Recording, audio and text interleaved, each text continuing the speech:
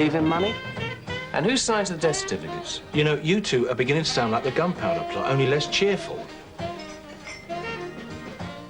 It's those dizzy spells again, Doctor. I can cope, you understand, but they are a worry. You were in fine fettle at your last checkup. Only a week ago, Mrs. Waring. No vision or ear problems. Arteries soundly flowing. You're one of my more healthy patients. Yes, but I have a horror of falling. You know, a blackout. Like they show in those advertisements for old people's panic buttons. Do you suppose it could be due to anxiety itself? The more you worry about falling? Well, I'm certainly more nervy than I used to be. That's quite natural. Dr. Shan, I've wanted to broach this with you for some time. Yes? Your other practice, the Chinese medicine. Well, not so much a practice as, how can I put it, an alternative temple of health.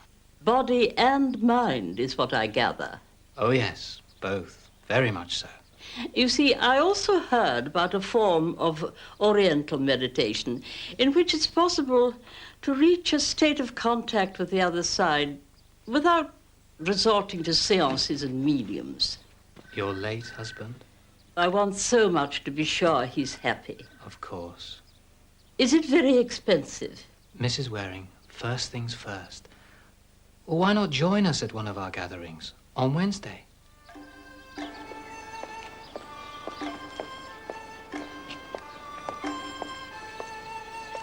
There are many ways of healing, and many ways to achieve the transcendental vision, enabling one to look either back into the past or into the future. The feng shui man has such a vision. When a house or even an office building is planned in China, we call in the feng shui man to be sure that it's facing the right way, so that the friendly spirits may enter the doors and windows with ease. Like astrologers in the West, the feng shui consult the date, the stars, and the moon. His invitation was most likely a smokescreen. Let's see how genuinely pleased he'll be to see you. He won't be if he's got my mother's money. Or perhaps you just want a simple prediction or two. Then go and find the man in the market with the birds. He will tell your fortune. Mystical skills that have been handed down over thousands of years. Ancient skills that cure phobias like the fear of heights or spiders, or bestow the gift to look across this world into the next.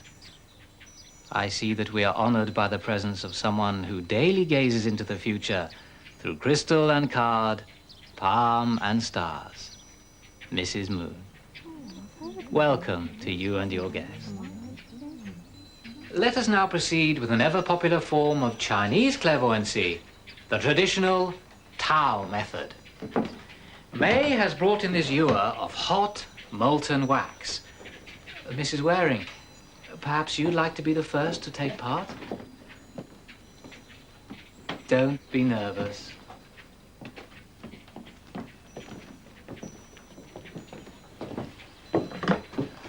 Pour the hot wax into the water. See what happens. Look at the shapes created, allowing your mind to associate freely, noting the first ideas that come into your head. I think I can see... I'm not sure. Go on. What can you see? Say whatever comes into your head. An umbrella. A dog, I think. A ring. A palm tree. A swan. Yes, sir, I do believe there's enough for an exhumation order. At least 2, sir, within 18 months. In both cases, Dr. Shan signed the death certificate. I'd like to check out Mrs. Elsie Rankin first. Shan's driving around in a Rolls Royce. Right, sir. Quite astonishing. The doctor's analysis of those wax shapes, almost the story of my life. And future, a bit of it. An end to loneliness. Well, I'm hoping. To meet someone? Yes. Oh, I didn't mean... You see, it's my late husband I'm talking about. And Dr. Shan is very optimistic. Optimistic? Yes, he says I Ching suggests an early reunion. Through him?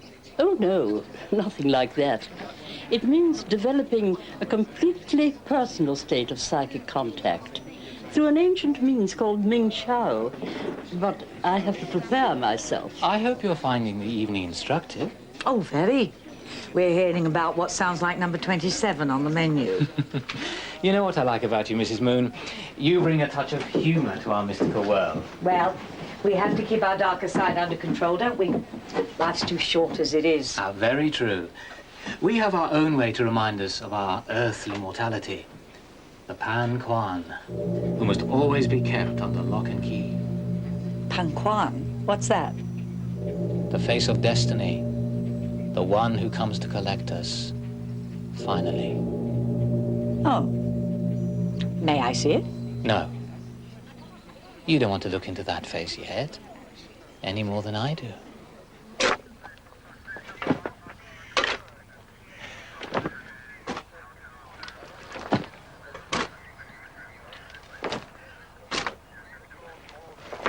Fascinating. No wonder you call it the temple. I'm always so pleased when a patient finds spiritual uplift in my alternative surgery, so to speak. Oh, I was most impressed. Especially what you made of those wax shapes. It was what you made of them, Mrs. Waring. Perhaps it can put you on the right road. To a higher plane. Yes, and to get rid of those dizzy spells. Oh, I feel stronger already. There also has to be a strengthening of one's character, one's resolution. That is the Chinese way. I don't follow you. You understand, we are not talking now as doctor and patient, but rather as followers of the Tao discipline. Of course. Which means a gesture of divestation. A gesture of divestation. I've noticed you have a rather large amount of jewelry. Yes. Well, my husband felt it was an investment. But also personal adornments contrary to the rules of pure Chinese divine culture. Money is acceptable, but ostentation is not. I see. And possibly an impediment to what we hope to achieve. However, there is a way.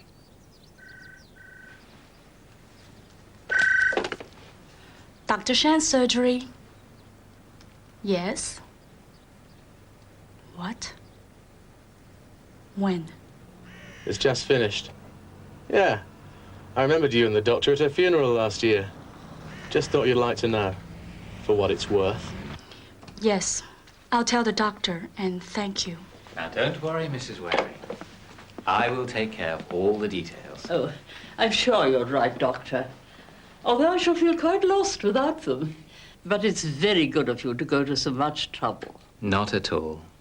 We should all try to help each other through this life. Yes. An obvious truth, but sadly too often neglected. Yes.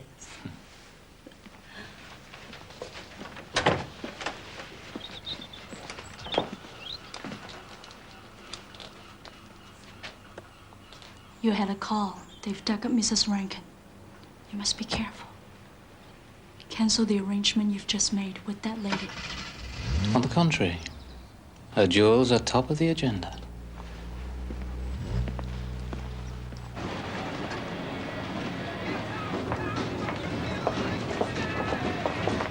Do you try to tell me something? Yeah. The message is, thanks, Cecil, for last night. For dinner. And afters. That's rude. Not when you send it by heliograph. I hope you don't mind me interrupting business, Mrs. Moon. Not at all. When I met you the other night, I felt an immediate empathy. You see, it's a little unusual. And Dr. Shan is an unusual man. He certainly is. He's arranged for my diamonds to be valued this afternoon. And who's going to purchase? Well, Dr. Chan is arranging a buyer, too. A Chinese millionaire, I think. Now, it all seems perfectly above board, the proceeds to go straight into my bank. But you're uneasy. Well, I thought I might discuss it with you before... I'm very glad you did, Mrs. Waring. Now, tell me more about this ancient ban on baubles.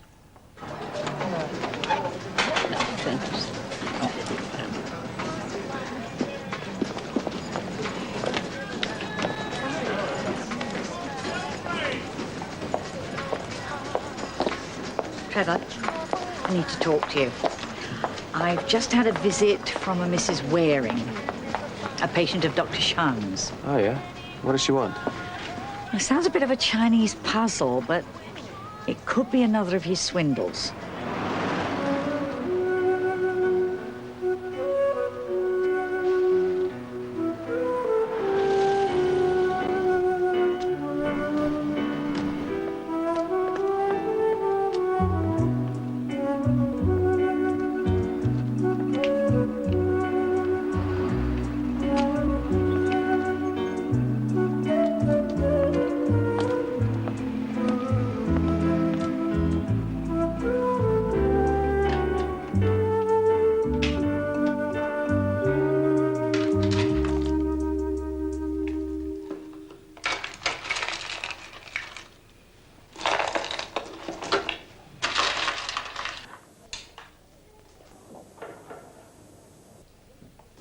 All very interesting, Trevor, but what do you want me to do? Well, it sounds like she's being set up. Look, if some old lady wants to sell her jewels, that's highly up to her. What about the old lady you've exhumed? The pathologist is engaged in his gruesome task right now. In other words, official wheels are turning, and if there's anything there, you may hear about it in due course, Trevor.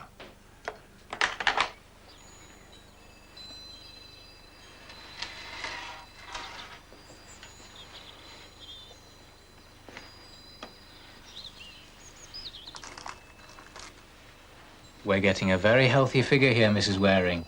Well beyond their insured value. Oh, good. Well, there we are. All valued, all safe and sound. Ah, May has brought tea. To relax the mind. Then she'll take you straight back to the bank. Thank you, Doctor.